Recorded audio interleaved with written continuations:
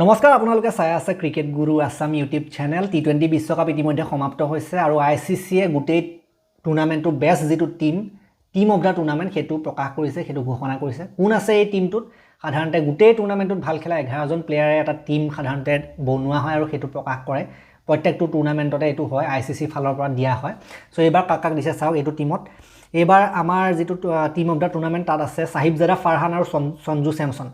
সাহিবজাদা ফাৰহান আৰু সঞ্জু স্যামসন এই কেজনক ওপেনাৰ হিচাপে দিয়া হৈছে সাহিবজাদাই সৰ্বাধিক ৰান কৰিছিল then Sanju Samson player of the tournament হৈছিল তেখেতেও বহুতখিনি ৰান কৰিছিল গতিকে এই দুজনক ওপেনাৰ হিচাপে দিয়া হৈছে আৰু নিশ্চিতভাৱে সাহিবজাদাইও বহুত কেটা শতক মাৰিছিল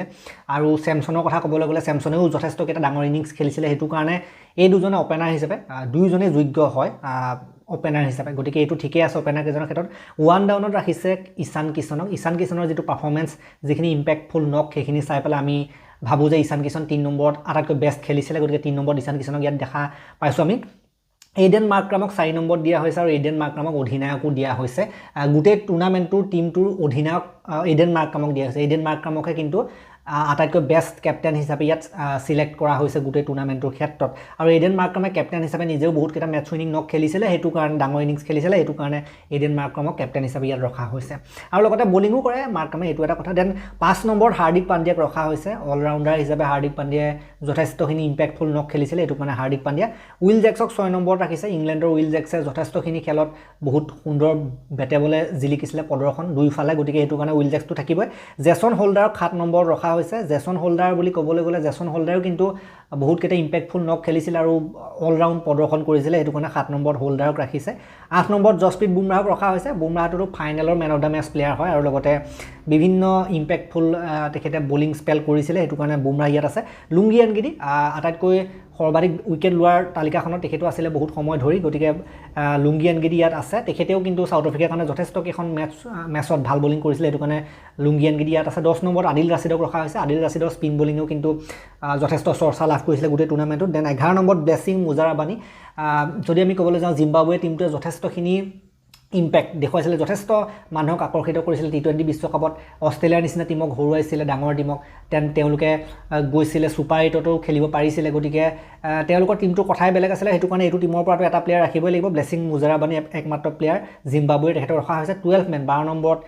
সেডলি ভেন সেলকুইক যিজন ইউএছএৰ যিজন বলাৰ তেখেতে কিন্তু টপ 1 উইকেট টেকাৰৰ ক্ষেত্ৰত বহুত সময় ধৰি ফাইনেল পৰ্যন্ত কিন্তু টপ উইকেট টেকাৰ তেখেতে হৈ আছিল ফাইনেলত অৱশ্যে বুমৰাহ আৰু লগতে বৰুণ চক্ৰৱৰ্তী আগবাঢ়ি গ'ল কিন্তু ফাইনেললৈকে এজনী কিন্তু আগবাঢ়ি আছিল গতিকে এজন ইয়াত আছে গতিকে এইটোৱে হৈছে টিম অফ দা টুৰ্নামেণ্ট গোটেই টি20 বিশ্বকাপটোৰ যথেষ্ট এটা ভাল 11 দিয়া হৈছে গোটেই সকলোবিলাক বস্তু জাৰি জুকাৰি চাই পেলাই আইচিচি এটো টিম ঘোষণা কৰিছে বৰ্তমান সময়ত আৰু ইয়াত দুবে থাকিব লাগিছিল বুলি মই ভাবো আমাৰ ভাৰতত 4 জনকৈ প্লেয়াৰ আছে সঞ্জু স্যামসন ঈশান কিশন হাৰ্দিক পাণ্ডিয়াৰ লগতে জসপ্ৰীত বুমৰাহ দুবে থাকিব পাৰিলেহেঁতেন হোল্ডাৰৰ ঠাইত কিন্তু সব ফালে মিলাব লাগিব না বহুত কথা চাই আৰু কিমান ৰান কৰিছে উইকেট লৈছে এইবিলাক সকলো হিচাপ মিলাই দিয়ে আৰু বাকিবিলাক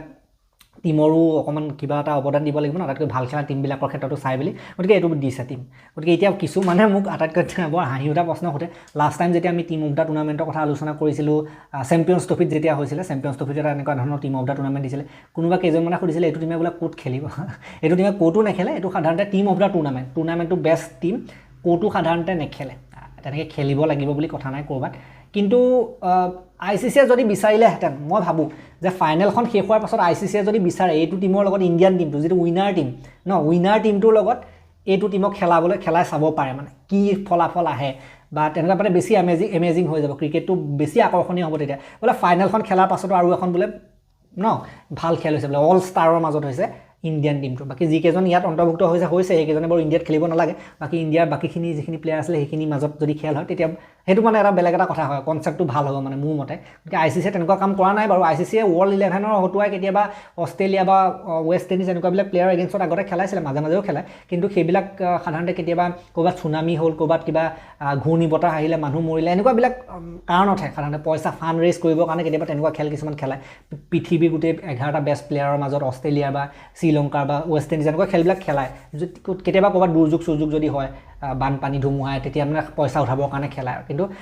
এই ইনে নেখেলা মানে হেতুৱে বেয়া কথা কেতিয়াবা ইনেও খেলাব লাগে তেনেকুৱা এখন খেল বাকি যি কি নহওক এই ভিডিওটো মই ইমানটা সমাপ্ত কৰিলো ভাল লাগিলে যদি লাইক কৰিব শেয়াৰ কৰিব চেনেলটোলৈ নতুনকৈ আহিছে যদি সাবস্ক্ৰাইব কৰি ঘণ্টাত দবাই থৈ যাবলৈ নাপাহৰিব তেতিয়ালৈকে আৰু এটা নতুন ভিডিও লৈ প্ৰতিশ্ৰুতি মই বিদায় মাগিছো ধন্যবাদ